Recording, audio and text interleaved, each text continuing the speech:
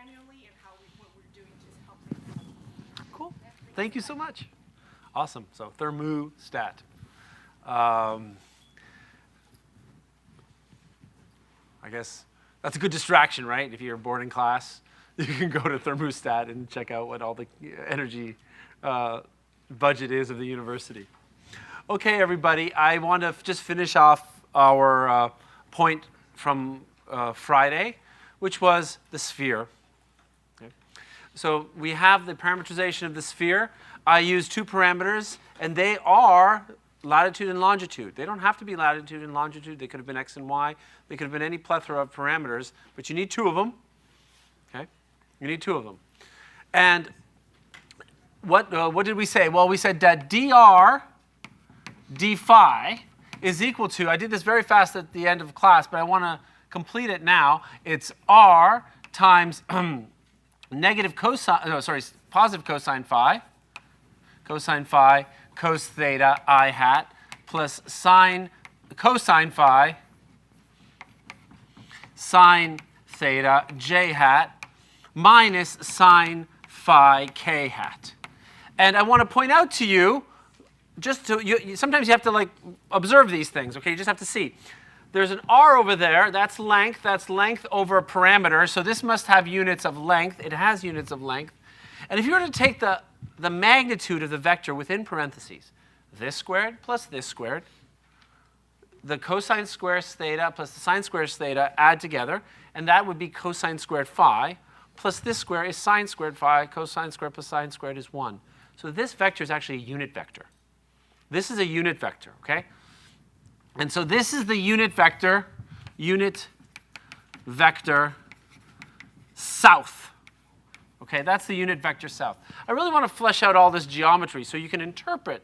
Don't just look at the algebra. This is unit vector south. And then I did east, right? I did east. And what's east? Well, if I take dr d theta, I'm going to take that derivative. Notice the last component is 0 because it only depends on phi. And we are left with r. And I'm going to factor out the sine of phi here, OK? R sine phi is common to both the I hat component and the j hat component. And the derivative of cos theta with respect to theta is negative sine theta I hat plus cos theta j hat. And now this has two components also, OK? It has this component right over here and this piece right over here. I mean, this, you can think of this as the magnitude and the direction, because this is the unit vector east.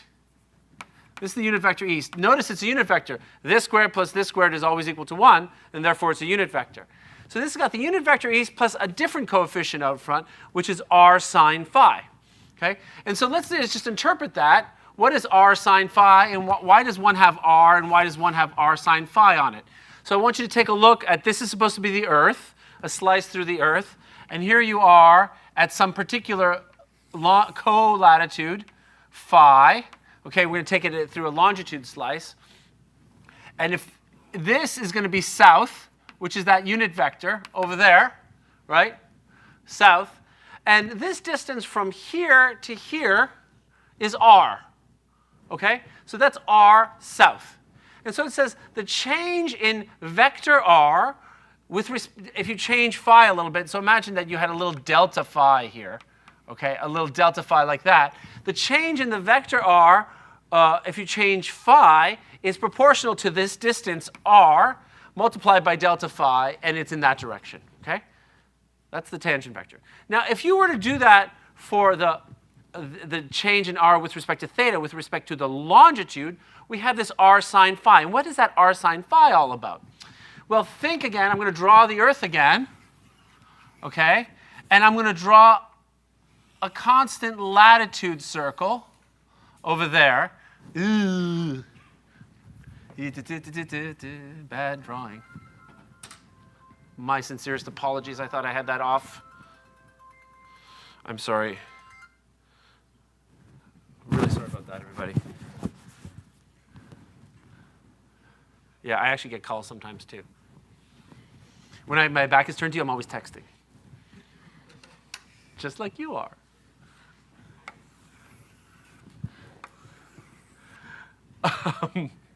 So here's the Earth, okay? And it's even worse. Now my game is gone. That's supposed to be a latitude. There you go, okay? There's a latitude circle, okay? And now the idea, so I mean, pardon my drawing, okay? But let's take a look at what's going on here. What's happening over here? If I'm at this point, dr d theta, the east vector, the stuff in parentheses, is a vector pointing this way, right? It's tangent to this curve. This is east, okay? There you go, east. Okay. And what is that r sine phi over there? Well, r sine phi, I'm going to try to do some geometry here. Like this is if this is the angle, the axis from the center of the Earth to the North Pole, this is at colatitude phi, right? That's kind of coming forward. And this, from here, this point to the surface is capital R. That's capital R. Right? Because that's the distance from a point on the surface to the center of the Earth. But r sine phi, if you take a look at it, you're like, oh, r sine phi. Remember, this is supposed to be a 90-degree angle. I apologize. There's that 90-degree angle right there, okay? That 90-degree angle. So you're taking like a slice off the top of the orange of the Earth, right? This is r sine phi. Because it's the opposite to this phi angle. I shouldn't have drawn the phi. Phi angle's from there to there. So it's the opposite to the phi angle. R sine phi is the distance from a point on the surface of the Earth to the axis, the polar axis. The axis that goes from the North Pole through the center to the South Pole. Okay? And so so what you see is that in front of both of these expressions is effectively the radius, a distance of a kind of a circle that you would get if you were going around in that direction. If you're going southward, the circle is the whole Earth. But if you're going eastward, it's a constant latitude circle. And you know that the latitude circles get smaller and smaller and smaller as phi gets smaller and smaller and smaller. So that's the geometry. That relates this algebra to what it's telling you. Okay? That's what I want you to think about, is what is it telling you? Okay, fine, dandy, all very good. Now what do we have to do? I want to calculate the area of the sphere. You know what the area of the surface area of the sphere is, but let's do it. Let's construct it from scratch. And what do? Well, I told you it's the cross products, right? dr d theta and dr d phi. So south cross east is out. Let's check that. South cross east, south cross east. Maybe I'll put south over here. South cross east is out. Okay? So it should be radially outward. Did anybody do the cross product on their own? That was a silly question. If I don't make you have it for grade, you won't do it on your own, so that's fine. That's my fault. I am wise enough to know this by now. That cross that. We're going to do a cross product. Okay.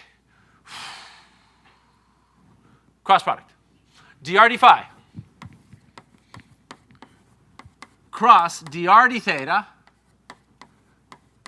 dr d theta. So dr d phi is that one cross dr d theta, which is this one at the bottom. Well, I'm going to have r squared sine phi, because those two terms are common to both. Okay? And then I just have to do the cross products of each of the individual terms. Well, it's 3 terms times 2 terms, so I should be getting like 6 terms, but there'll be a bunch of cancellation, okay? So let's look. We got I hat, so let's do FOIL. Okay, I'm going to bring the camera over here. We're going to do FOIL. I hat cross I hat is 0. I hat cross j hat is k hat. So the first term here I'm going to get is cosine phi, cosine theta, cosine theta, k hat. So that's this cross this is 0. This cross this gives me k hat. Then j hat cross I hat, j hat cross I hat is going to be negative k hat, but then I have a negative in front of it. So I'm going to have a sine theta, cos phi. So I'll have a cos phi times sine theta,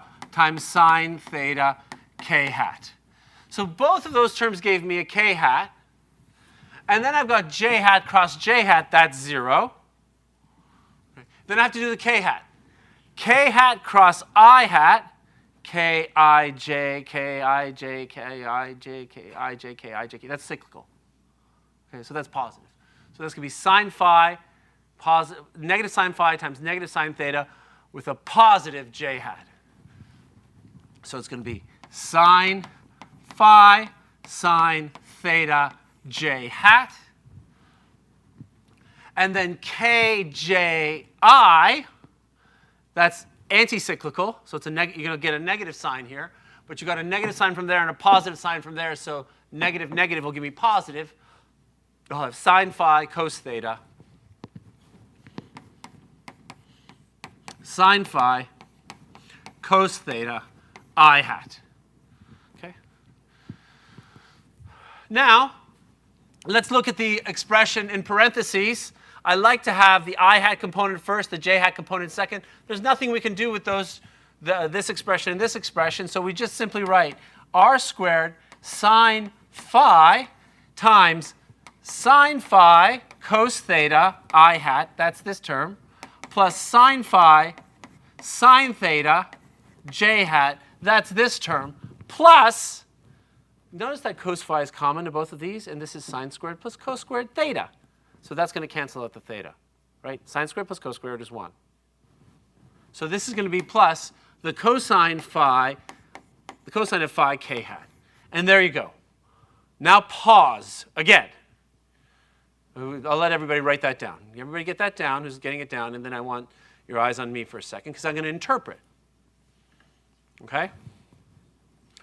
So, look at this stuff in parentheses.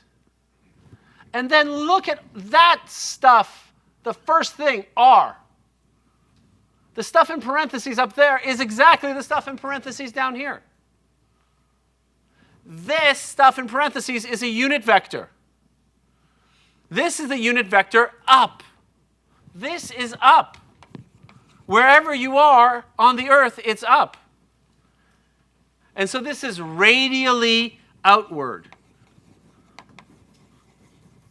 Remember, down takes you to the center of the earth, so up takes you in the opposite direction. This is up. It is radially outward. It is a unit vector. This squared plus this squared plus this squared is 1. It is parallel to the vector from the center of the earth to the boundary at where you're standing, and then you just keep going. That's a unit vector. It just tells you which way is up. Okay?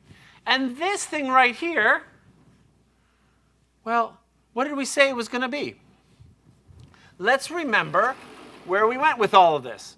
We said that the directed differential surface area, d sigma vector, which was the amount of surface area and its direction, is equal to dr d phi cross dr d theta times d phi times d theta. So this quantity is the quantity in parentheses right here. But d sigma has two pieces. D sigma vector is equal to the normal vector to the surface you're considering times the surface area element, which is purely a number now, not a vector. This doesn't have direction anymore. This is simply a number. Okay? So how do we calculate d sigma? Well, that means d sigma is equal to the magnitude, the absolute value of d sigma vector, which means get rid of the direction. That's what it means. Okay? Well, the magnitude of d sigma is equal to r squared sine phi times the magnitude of that stuff in parentheses times d phi times d theta. It's this cross product, magnitude. Well, the magnitude just pulls out the magnitude of the prefactor, but that's positive, so that's just going to be r squared sine phi. And then the magnitude of this vector multiplied by d phi and d theta. But the magnitude of that vector is 1 because it's a unit vector. So this d sigma is equal to r squared sine phi d theta. And this is the, what is this? This is the differential amount of surface area that you get if You are in a sphere of constant radius r. You are at the co-latitude phi, and you take a step south, delta phi, and east, delta theta. That's it. Okay? Now, if you wanted the whole area of the sphere, that's a patch. That's the area of a patch of the sphere. The way you would think about it, okay? The way you would think about it is you would go and draw this sphere out and draw 2 meridians. And you would draw 2 latitude lines, latitude circles. And you would imagine that this is giving you the area of one of these patches. Okay? You can see it on a globe. You can see those patches on a globe pretty easily. So I encourage you to look at a globe to get that.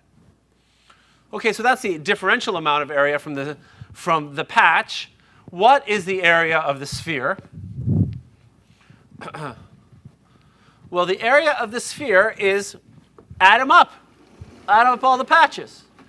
So the area of sphere is add up all the patches. Add up means integral now. You understand by now that add up means integrate. So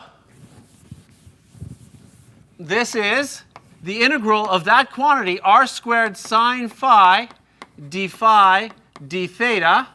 Now, I've chosen implicitly, by having the d phi up front here, I want phi to go first. And I have to integrate over the domain expressed in phi theta variables. But the domain expressed in phi theta variables is the sphere of radius r and phi theta variables. Phi goes from 0 to pi. Remember? Goes from the North Pole to the South Pole. Theta goes from 0 to 2 pi. R is constant. Okay? Now, for this really simple case of the sphere, this is the simplest case you can possibly imagine. For the simple case of the sphere, I want to recall to you the volume element of the sphere. The volume element was rho squared sine phi d theta d rho. But I got no d rho. I got no rho to go. Waking up, got the bad dad jokes. Enjoy them now. Miss them. But I've got to fix my rho, right? My distance. That's this right here. Okay. And so you can imagine what I'm doing here is by taking a shell, I could actually calculate the volume by then changing the different rhos, the different radii. Right? I could take the volume of a spherical shell, which has a thickness delta rho, and then you add those ones up. You could add all these shells up now. But you got the surface area times the delta rho would be a little volume. But I'm not doing the volume. I'm doing the area. Now this is easy, right? R squared is constant. I know this integral is 2 pi, so I'm going to get the 2 pi r squared. That's the theta integral. I actually switched the order of integration. The integral of sine phi is cosine phi. So this is going to be negative cosine phi. So this is cosine phi evaluated at phi equals pi and phi equals 0. I switch the order of integration in favor of the negative sign to remove the negative sign. This is cosine 0 is 1. Cosine pi is negative 1. 1 minus negative 1 is 2. 4 pi r squared, which you knew. Okay? That's how you do area of a sphere. Are there any questions here? You could have done this to do area of the cone, surface area of the cone, which might be a great question to give in some context in the future. You could do this with surface area of anything. But of course, the question becomes, can I do that integral? It's always, can I do that integral? Nonetheless, as I've said from the beginning, and I want to remind you of my philosophy of this class, it's setting up the integral that's important. If you can't do the integral analytically, say on an exam, most integrals can't be done analytically. But you will have known how to set it up, and therefore you will know how to program it on a computer. Because an integral is just a bunch of sums. Sums and products and sums. Okay? That's it. It's not that hard. I mean, these integrals are not that hard to program on a computer. They're really not that hard. Okay. Do I do cone? No, I don't do cone. No, we're moving on. So in this section, there's some discussion of implicit surfaces. I am skipping the implicit surfaces. It's a subcase, okay? If you want to learn about implicit surfaces, read your section on implicit surfaces. That's fine. What I want to just spend some time on right now is thinking about surface integrals in general. Okay, surface integrals in general. Okay, so I think this is the topic of section 16.5. Please correct me if I'm wrong. Surface integrals. As we did volume integrals and said, look, I can use the volume integral to calculate the volume of a space, of a domain, but I want to do other things with it, so too for surface integrals, right? And the most powerful thing you do with surface integrals is the following. You recognize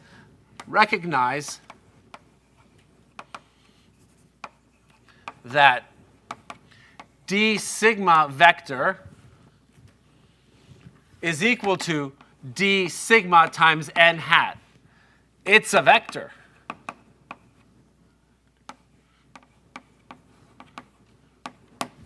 It's a vector.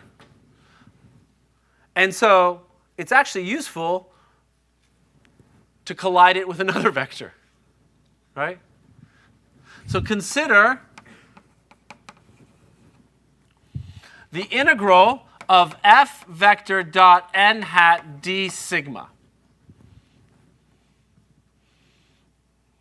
Consider this integral right now, where this looks a lot like flux, which was the integral of f vector dot n hat ds.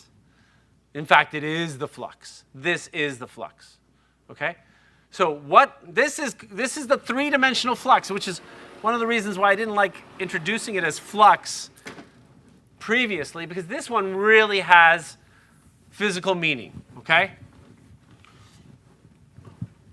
For which f's tend to work in this in this formula? We think of f as being a density field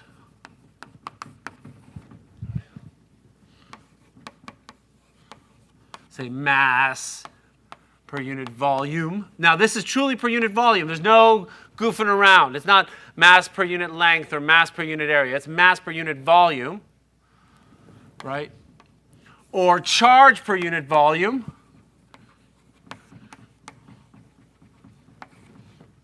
Okay? These are the classical ones you'll bump into. You can imagine any other things. Okay? Multiplied by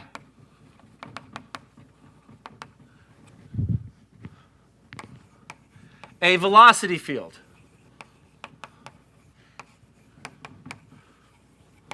Okay? Multiplied by a velocity field. So the units of f vector, let's say f is in charge per unit volume, okay? It's going to be coulombs per unit volume multiplied by meters per second, okay? Which is something like coulombs per cubic meter times meter per second. Okay? It could also be kilograms per cubic meter times meters per second. It could be whatever you want per cubic meter, okay? Pieces of dust per cubic meter times meters per second. So it's a number density, where a number would be pieces of dust. Okay? So what is this quantity? What is the integral, the double integral of f dot n hat d sigma? D sigma. Think about that. Well, this is going to be coulombs. So the units of this, let me say the units of that are coulombs. Coulombs per cubic meter times meters per second times meters squared, because we know that's got to have area. Go ahead, say it. Coulombs per second.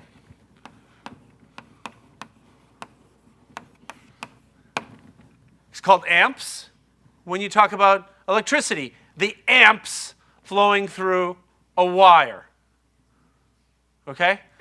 What's the surface that you're calculating? If you were doing this on a wire, if you were doing this along a wire, the surface that you're integrating over is this one.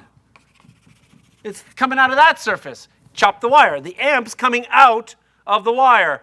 They like to come out this way. You hope they don't come out this way, right? You don't want them to come out this way. That's why you cover the wire. Okay? This is current. This is current. This is current. And this thing over here, this F, would have been current density. Okay? If this turned into mass per unit time, like things flowing through this wire, like water flowing down a pipe, which is analogous, right? Then this would be mass per unit time, and this would be momentum density. Mass times speed divided by volume. Mass times speed is a momentum divided by volume, a momentum per unit volume. So this is where all this stuff starts to tie in. This is where flux makes the most sense. And look, what is it? It's F, the direction that things are flowing, multiplied by n hat, the direction through which they are flowing, right? The surface through which they are flowing. So I am a bit of a, I guess, I've forgotten all my electricity and magnetism, okay? I don't know a lot about electricity and magnetism anymore. You should see me trying to fix my house. It's a mess. But I like to think about rain nowadays. And what I like to think about, possibly, is a very simple vector field, which is the vector field of the rain. So let F equal the rain vector field. Rain vector field. Think about the components that go into the rain vector field. It is the velocity of the rain. Okay, I'll say the V for the velocity of the rain. It is the number density, the number per unit volume of raindrops. And that may get, let's not get too complicated. You can think about, like, if it has a very small raindrops that are very sparse, or big raindrops that are very sparse or close, and you can do that whole thing. You don't have rain just like water everywhere, right? Or else you still can breathe in a rainstorm. So we know that there's air in there somewhere. But nonetheless, you can say the density of water, right? The density of water. So the density, it's not, this is the density of rainwater, right? And what I mean by that is not the density of water, which is 1 gram per cubic centimeter, but it's 1 gram per cubic centimeter multiplied by what fraction of a volume is occupied by the water, the raindrops. Okay? So you can think about that, okay? And then I'm going to do just a very, very simple surface. Let me do a very, very simple surface, okay? And that simple surface is going to be, what do I want to do for a surface? Let's do this completely. I'm going to do this completely. We're going to do this example all the way out, okay? I'm going to have the rain vector going down. Keep the rain vector easy, no wind, coming down. I'm going to have the rain density be constant, the rain vector be constant, always pointing down. And the only thing I'm going to do here is I'm going to have a surface which is tilted. I have a surface which is tilted, okay? I like to think of this as the windshield of a car, okay? Sir? When we integrate this, are we going to end up with how much water we have left over? Like how much, the mass of how much water we have that's come down over that at any point in time? So let's imagine, right, we have a windshield right here, okay? So the question is, when we integrate this, what do we get? What do we get? So here's a windshield. Let's not make the car move for a second. And there's some angle here. Let me call that alpha, the angle of the windshield, right? Look what's happened. Let's just think about what's happening, okay? Because the problem is really easy in 2 limits, okay? So limit number one is alpha equals pi over 2. It's sitting this way. Okay? You don't even have to do any of the algebra to get this. Which way is the normal vector? The normal vector is this way, everywhere. Right? There's alpha equals pi over 2. Okay? But the rain is still coming down this way. Okay? It's like a truck. Stopped truck. I don't want to make the truck start moving. It gets all crazy. Let's not worry about the truck moving. Nobody's moving. Everybody's standing there. You're like this. So what is the integral over the domain, which is the windshield, of f dot n hat d sigma? 0. Okay? Now, let me do the opposite extreme, where alpha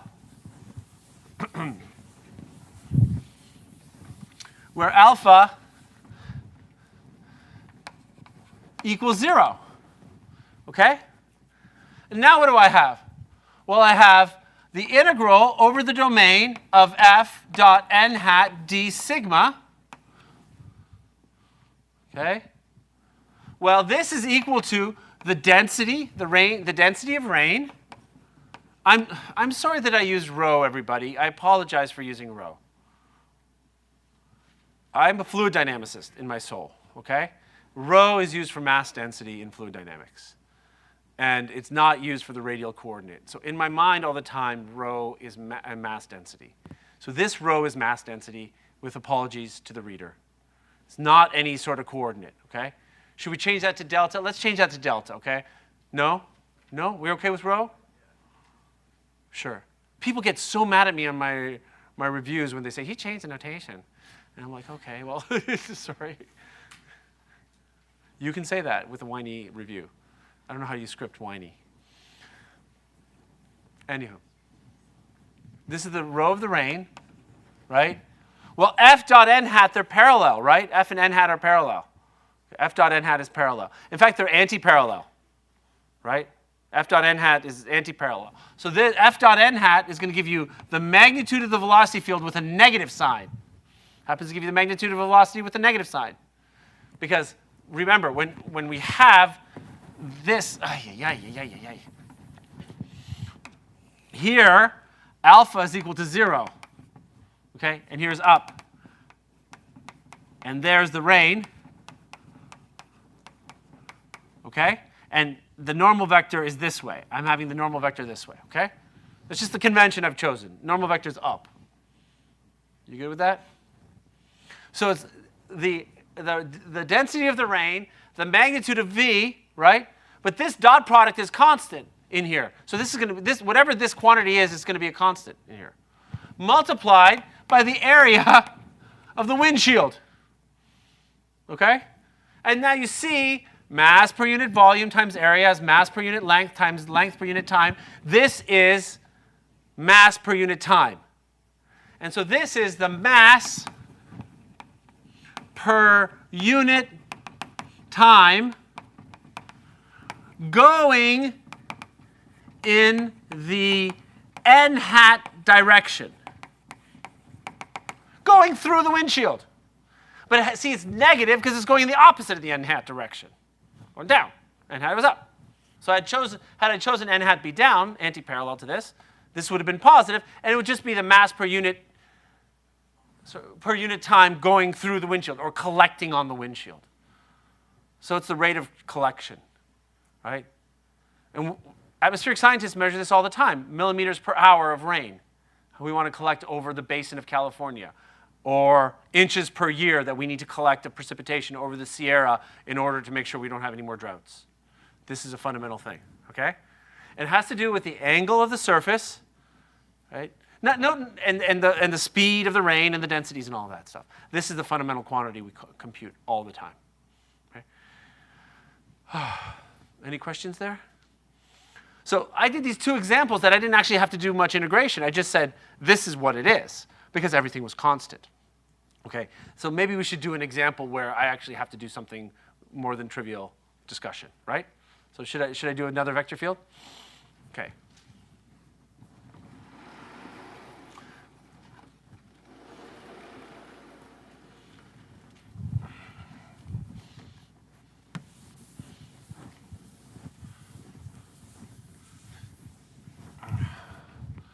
Okay.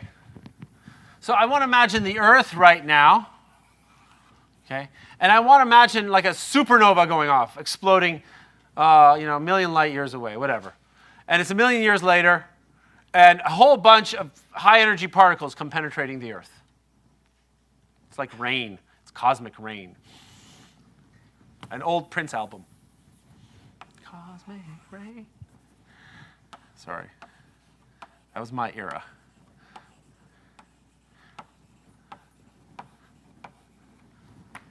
Okay. So here's the first question. How many muons per unit time accumulate at the center of the Earth?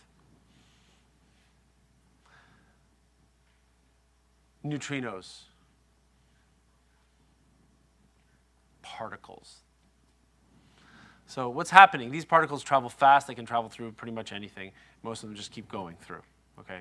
That's why they have to build these big particle detectors in mine shafts in northern Italy in order to try to detect some of these things. Okay? But let's think about the Earth as a bowl collecting these particles. Okay? The Earth is a bowl collecting these particles. So imagine they were hitting the Earth. Okay? Imagine they were hitting the Earth, and you want to know how many are we collecting.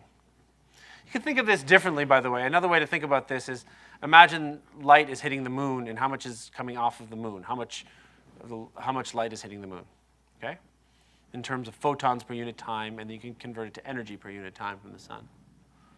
So I have a vector field F, and let me write this vector field. It's going to be some density, so I'm going to use rho as some density of particles, times the velocity. It's really the speed of light, but whatever.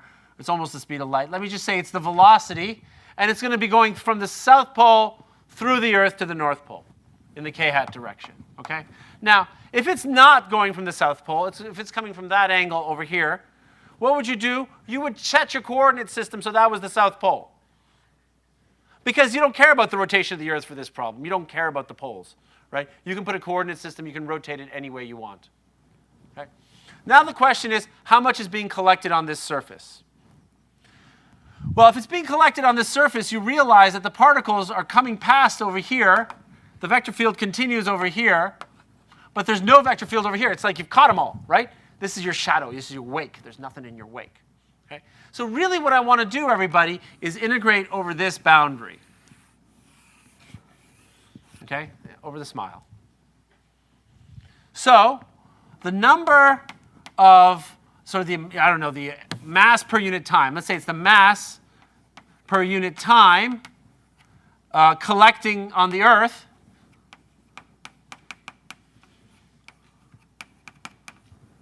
That's what we're measuring here, is equal to, this is the flux. The flux through the southern hemisphere.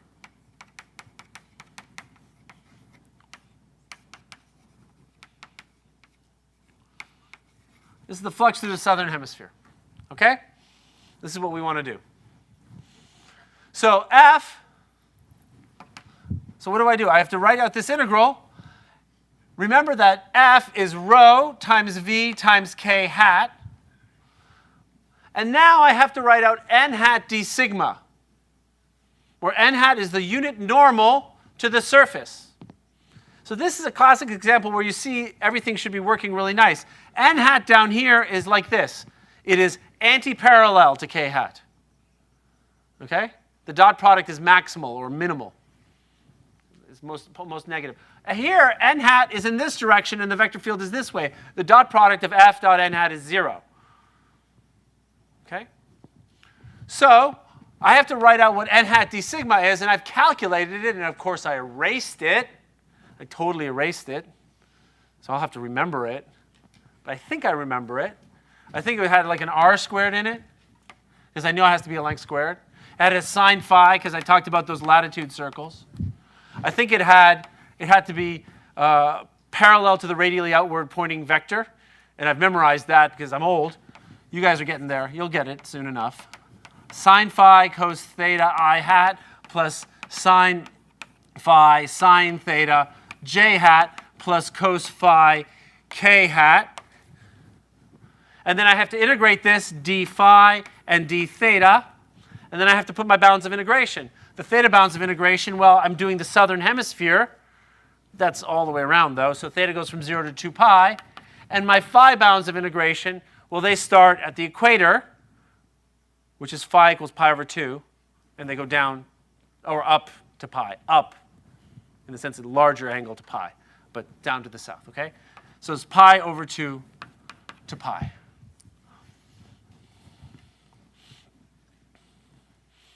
OK, then I have to compute this. Well, notice the nice thing about this is k hat dot I hat is 0, k hat dot j hat is 0, k hat dot k hat is 1. So that makes my life super easy, because only this part of the dot product survives. Only the upward component, which is what is essentially a restatement of that geometry right there.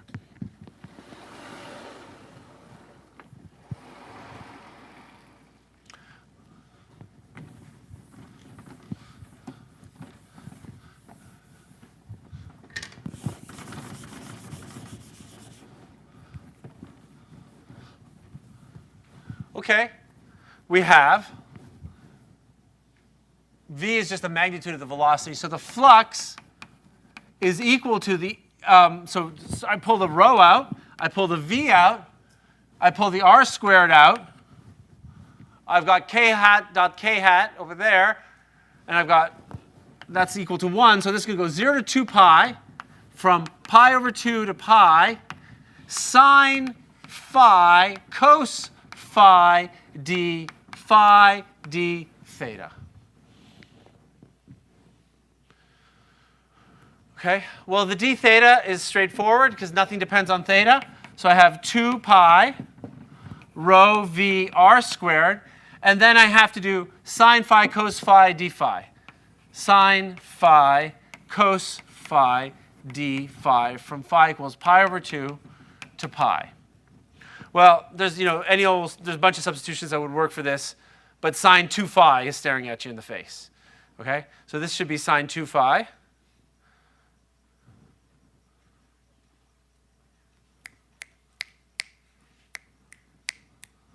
I got scared for a second. I was like, yeah, 1/2 sine 2 phi, right? So I'm going to have a 1/2. So it's pi rho v r squared times the integral from pi over 2 to pi of sine 2 phi d phi. And the integral of sine 2 phi is negative cosine 2 phi over 2. So this is equal to pi rho v r squared times the negative cosine of 2 phi over 2. Did somebody say that? Was that? Thank you. Evaluated at pi over 2 and pi.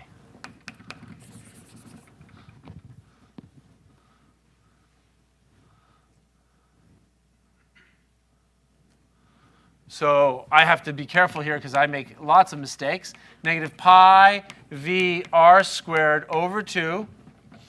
This is cosine of 2 pi. I got rid of the negative. Minus cosine of pi. And this is 1 minus negative 1, I think, again. Right? So that's 2. That cancels that 2, but I remain with the negative. So this is negative pi rho v r squared. Okay? And notice what's happening here. They were both negatives. This one and the rain one was negative because they're both going in. I've chosen vector fields that are going in. Okay? It's in the opposite direction of the outward normal. So you can say, oh, what is this, Professor? What's going on here, right? Well, let's just think about pi r squared is the area that there's the cross-sectional area of this shape. It's the cross-sectional area of this shape. Or 2 pi r squared was the total surface area of the hemisphere, right? The actual surface area, not the cross-sectional area. Okay? So this is the area, and this is the density, and this is the velocity. So this tells you how it relates to the area and the density and the velocity. It captures, by the way, the cross-sectional area, right? Which kind of makes sense. Had I not had a sphere there, had I had just a mesh, right, which was at the equator, a disk at the equator, it would have captured the same amount of stuff. Because they have to go through right? So going back to that sphere, they have to go through the equator. Sorry, if they went through the equatorial plane, they also had gone through the sphere, the southern hemisphere. Okay? So this is how surface integrals work. Now you'll be doing other examples, but I think these are extremely common, and not just common in math books. These are common in physics and engineering literature. And so these are the reasons why I wanted to show you this, to really give you a sense of the geometry of all of these things. Okay?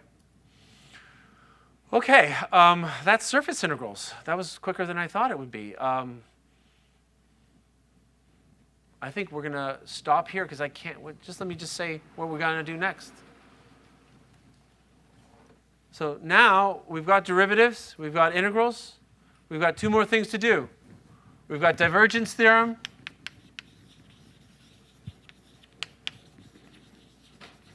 and we've got Stokes' theorem.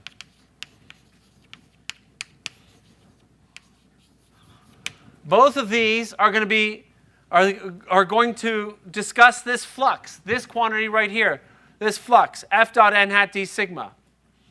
But this is going to relate the flux through closed surfaces to the divergence that we learned about.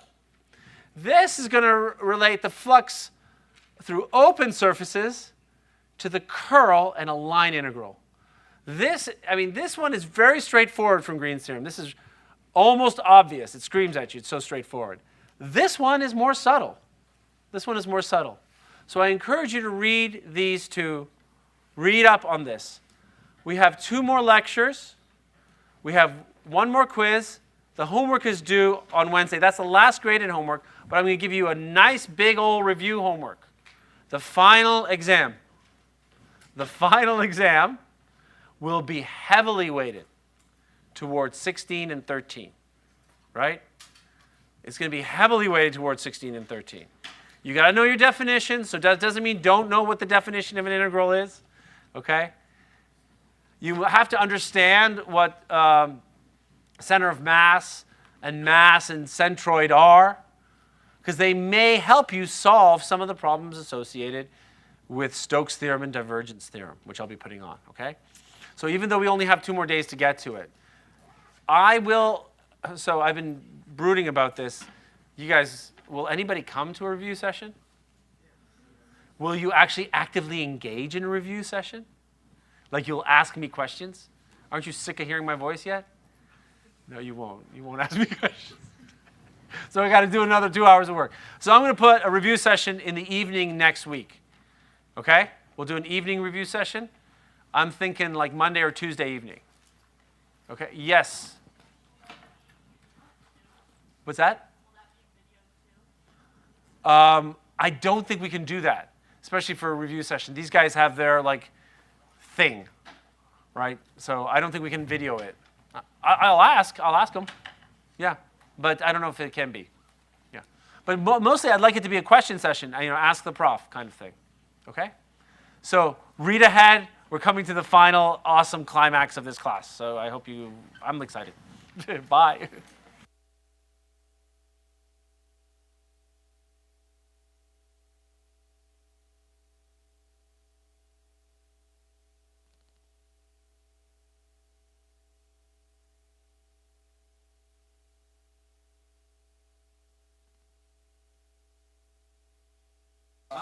If you're doing it